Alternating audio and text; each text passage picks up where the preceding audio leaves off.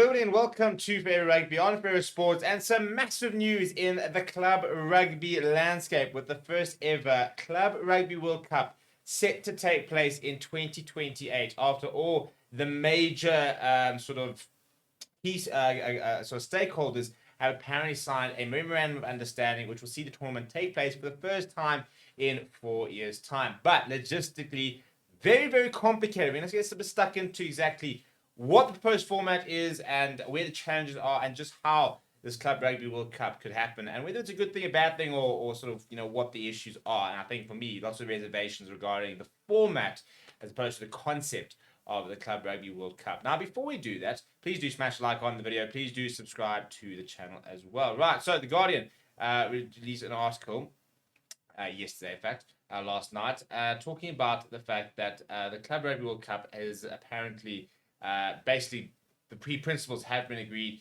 and will take place in 2028. And in terms of the format, very, very weird format for me, because it's going to say basically be 8 teams from the Champions Cup, which will obviously tick the box for the URC Top 14 Premiership, as well as then 6 from Super Rugby and 2 more, which we imagine will come from Japan's rugby, which will most likely be a knockout format across 4 weekends in June 2028. Now, in terms of the qualification for these 16 teams, it will be meritocratic. So that means there will be no sort of spots guaranteed by countries. So you could have, also, out of the sort of the 8 teams in the Champions Cup, you could have 4 from France, for example, and 3 from Ireland, and 1 from South Africa. You don't have to have a Welsh or a Scottish side or any of those sort of type things. In regards to that, apparently the first edition will be held in the Northern Hemisphere, and then the subsequent edition of the tournament will take place every 4 years, like the World Cup. The big thing, obviously, is that how is it going to work from a Canada perspective, and how is it going to work from a league sort of adjustments perspective. Now, for the Champions and Challenge Cup, apparently this is going to be a massive overhaul. During the Club Rugby World Cup years, there will be no Champions Cup winner, because the Champions Cup will not progress to a Champions Cup final. Instead, the Champions Cup and the Challenge Cup will operate as normal until they get to the sort of playoff stages. The 8 teams that progress to the quarterfinals, what would have been the quarterfinals of the Champions Cup, will instead of playing the quarterfinals move into the Club Rugby World Cup. The remaining 8 teams in that would have been sort of the last 16, for example, or lost of the matches, they will then move into the Challenge Cup, and that will be competed for and will sort of have a winner, but obviously a very different format to what we're going to have in sort of the non-Club Rugby World Cup years. What the big thing is, obviously, we just talked about the fact that it's happening in June. Super Rugby and Japan, for example, apparently from this stage will continue to finish like a normal season, and then the top 6 sides and the top 2 sides, for example, for Japan will then move into the Club Rugby World Cup. Now, here's where the issue comes: scheduling.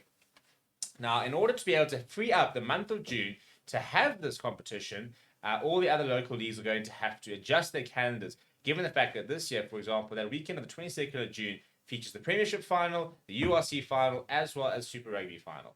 And that's all going to have to take place in May. The weekend of the 28th of June is set for the Top 14 final, which is a very, very sacred event for Top 14 rugby. So, in order to be able to accommodate the Club Rugby World Cup, all these calendars are going to have to be adjusted, which means that we're going to have URC, Top 14, Premiership, Super Rugby, as well as the Japan League final. That one does sort of usually end in May, not too bad. All finished by the end of May.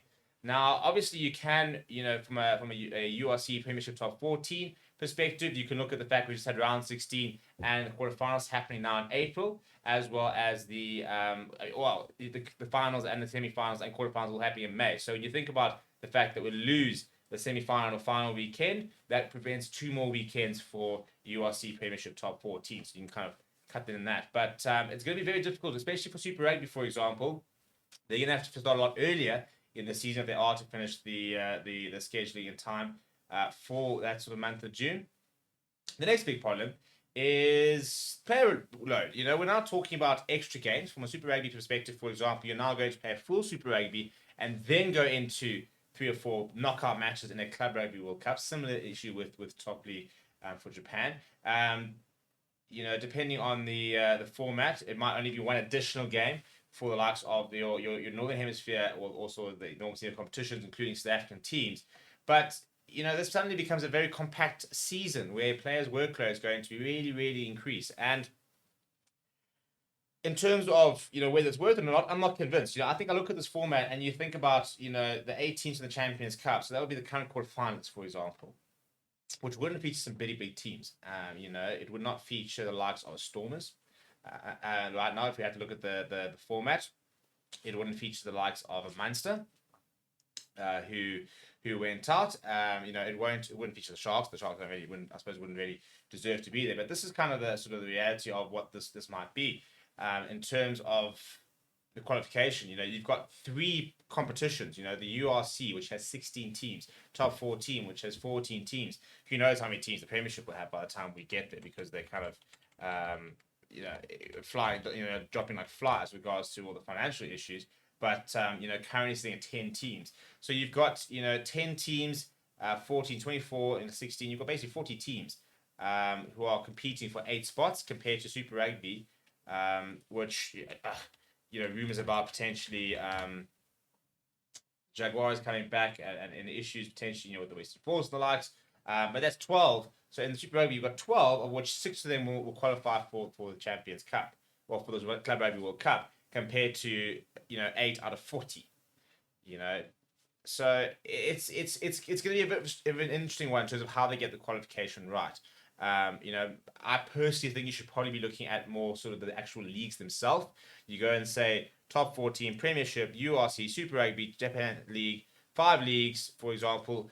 Probably should be looking at South America. If you've got no South American clubs involved, then how does that become a fair competition? Do you have to look at Major League Rugby, for example? If this is going to be a Club Rugby World Cup, for example, how can you not have any teams from either of the Americas involved? So, but even then, I think for me, you got to look at, for example, are you going to say, right, 2 teams from the URC, 2 teams from the Premiership, 2 teams from the top 14, 2 teams from Super Rugby, 2 teams from, or and you can allocate more as needed. So URC has got 16 teams in it, so maybe you say, right, URC gets 3 spots. 14 in France, maybe they get 3 spots. Super Rugby's got 12, maybe they get 2 spots, or the Premiership get 2 spots. So. I think at the moment, for example, I don't think you can call it a Club Rugby World Cup when you're not going to have clubs from 2 continents.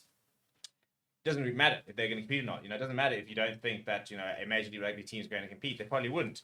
But they've got to be involved in this kind of venture. But I just think at the moment, I think the way the format's been created, I don't think we're going to get the best sides playing against each other. I mean, if you think that right now the Reds are a better side than the Stormers, or Munster, for example, who are the current URC champions. I'm not entirely convinced. This being a Reds who've won half their games this season so far in Super Rugby, and there's a really poor team in Super Rugby. Look, Crusaders only sitting second last. It's a bit of an anomaly, but Western Force has been poor for a long time. Moana Pacifica are improving, but they're not a fantastic side.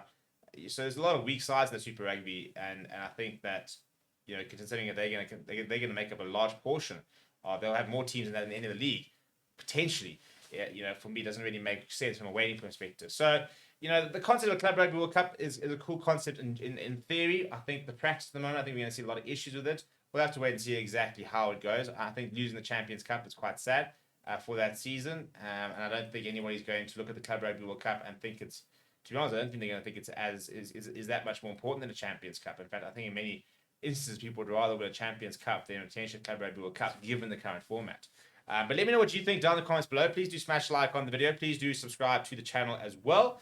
Thank you very much for watching. My name is Steve. I'll chat to you soon.